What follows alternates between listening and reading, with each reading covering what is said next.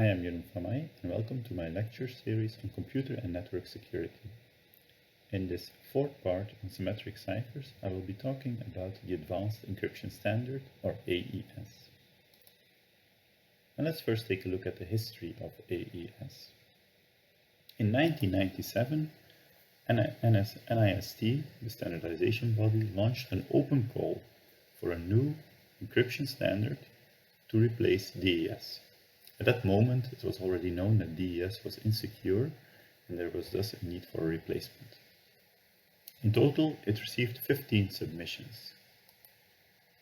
It selected the 5 best ones in the first round, based on cryptographic security, but also on computational performance on computers, embedded systems, and in hardware implementations, both in terms of memory usage and computational power required.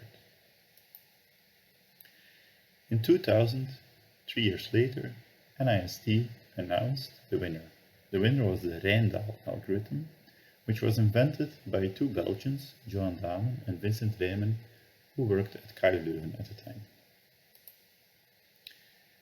AES is thus based on a version of Rijndael with a block size of 128 bits and a key length of either 128, 192 or 256 bits.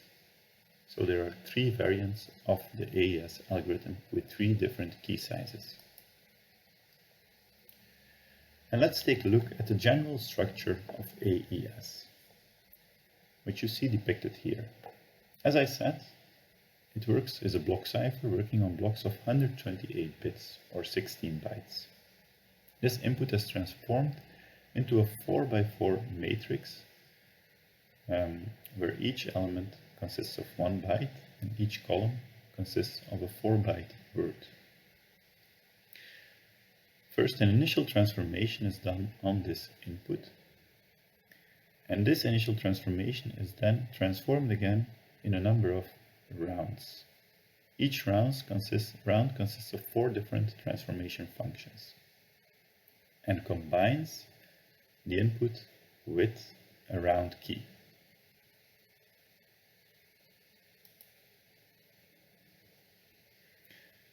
After n different rounds, where in the last round the number of transformations is only 3 instead of 4, the output is generated.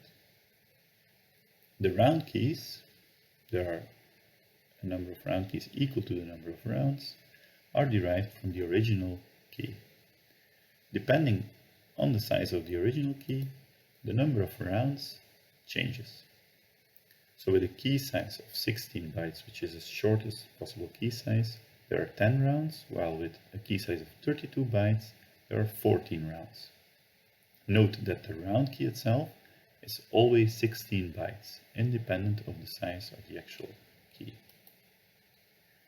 Here you see a comparison of the 3 variants of the AES algorithm. As you can see, the key size varies, but the block size is always the same.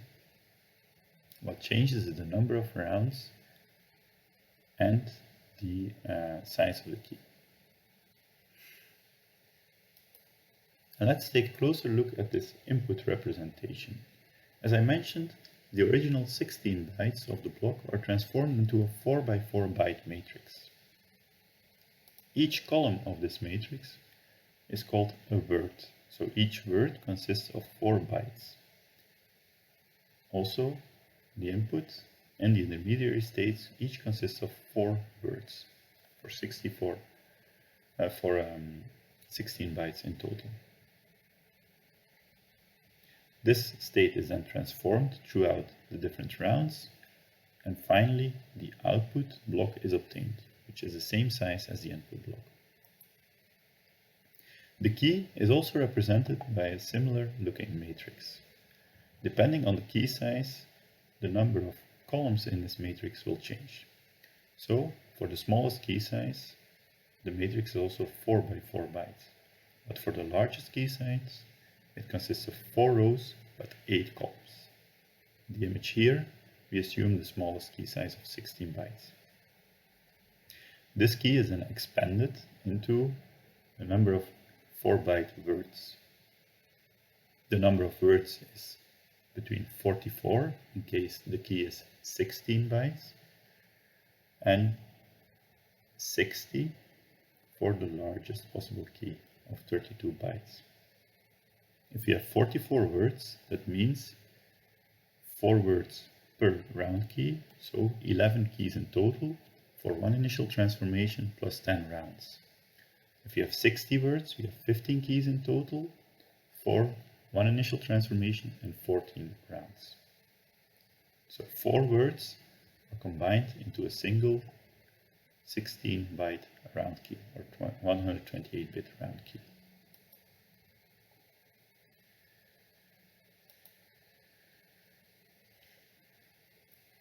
Each round then consists of 4 steps. So first we have the initial transformation, as I mentioned. This initial transformation will combine the first round key, so the first 4 words, word 0 up to 3, with the plain text 16-byte block. Then we start on this transform block the first round, which also has 4 steps: substitute bytes, shift rows, mix columns, and again another add round key step, which then uses the next 4 words out of the expanded key. This results in the output, also a 4x4 matrix of round 1. This process is repeated for a certain number of rounds, at least 10, and in the last round we omit the mix column step.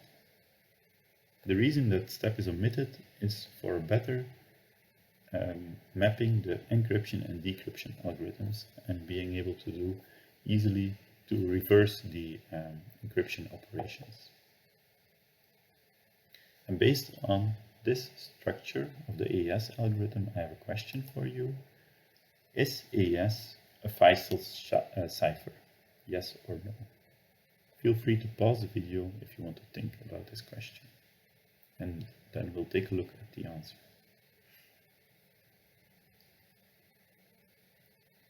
So let's take a look at the answer.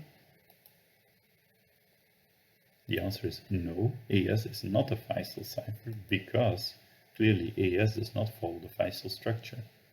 It doesn't split the block into 2 separate parts that are then permutated, and it doesn't perform this XOR on the left block with the transformation of the right block.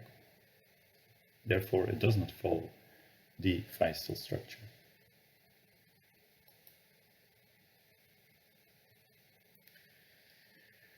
So, the decryption of AES follows the inverse operations of the encryption. So, decryption also starts with an add round key, which is basically combining the input block with the round key. Obviously, it starts with the last round key rather than the first one, and then goes back one by one. Then it performs inverse shift rows, inverse subbytes, again add round key, and inverse mix columns. As you can see, the order of operations is different here, and like I said, this is done to map better encryption onto decryption. The last round of decryption again omits the mix columns step and finishes with an add round key step using the first expanded round key. And if we map the entire encryption and decryption algorithms together, we see that actually the function performed at each step is actually the inverse in both cases. So encryption starts here with an initial transformation that performs add round key with the first expanded key, and the last operation in the decryption is also an add round key with this same key. And then at each step, each operation is the inverse. So we have subbytes as the second operation, inverse subbytes as the previous to last operation of the decryption. And this is done for every step of the process, where in round 10, the last step is an add round key with the last round key, and the first initial transformation of decryption is an add round key with the same key. This shows that encryption and decryption are indeed each other's inverse, and decrypting the ciphertext with the same key will result back into the plain text. That is an overview of the general steps of AES. In the next video, we will zoom in on the specific operations of these 4 steps that are performed within each round.